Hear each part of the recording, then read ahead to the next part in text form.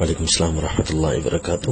آپ نے پوچھا کہ جاب وغیرہ یا کوئی بزنس نہ ہونے کی وجہ سے بندہ جو ہے مجبور ہو جاتا ہے بعض اوقات سودی قرض لینے پر، تو کیا یہ جائز ہے؟ تو یاد رکھیے یہ قطعی حرام چیزوں میں سے ہے، کیونکہ قرآن پاک میں صاف اعلان ہے کہ اللہ اور اس کے رسول کے ساتھ سود اعلان جنگ ہے۔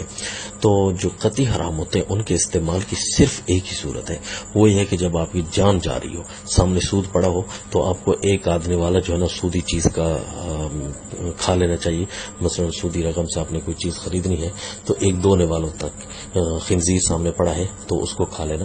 اس طرح مری ہوئی کوئی چیز پڑی ہے، گدا پڑا ہے، اس کو آپ کھا لیں، لیکن وہ بھی ایک دونے والے جتنے آپ کو قوت لا یموت، یعنی جتنی آپ کی جان بچنے کی امید ہے، وہاں بھی ایک پوری پلیٹ کھانے کی اجازت نہیں ہوتی۔ تو یہ اس مجبوری کے تحت تو قطعی حرمات کا یہاں سے حکم اٹھ جاتا ہے۔ اب بتائیے کہ ایک چنگا بھلا آدمی ہوتا ہے، اس کے کھانے پینے کے گھر کی ساری چیزیں ہوتی ہیں، الحمدللہ زندگی میں گزار سکتا ہے۔ دیکھیں گدر ریڈی چلانے والا وہ کیسے گزار سکتا ہے؟ کیا آپ کہیں گے یہ بے عزتی کی زندگی ہے؟ مزدوری کرنے والا کیا آپ کہہ سکتے ہیں کہ بے عزتی کی زندگی ہے؟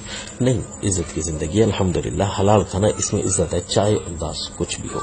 تو لہذا جب تک آپ مرتے نہیں ہیں، یہ جان نکلنے کی صورت نہیں بنتی، اس وقت تو ان قطعی حرمات کو کھانے کی استعمال کرنے کی اجازت نہیں ہے، اور نہ ہی سود لینا جائز ہے۔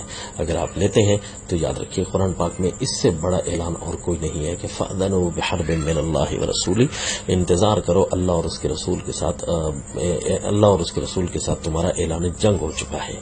السلام۔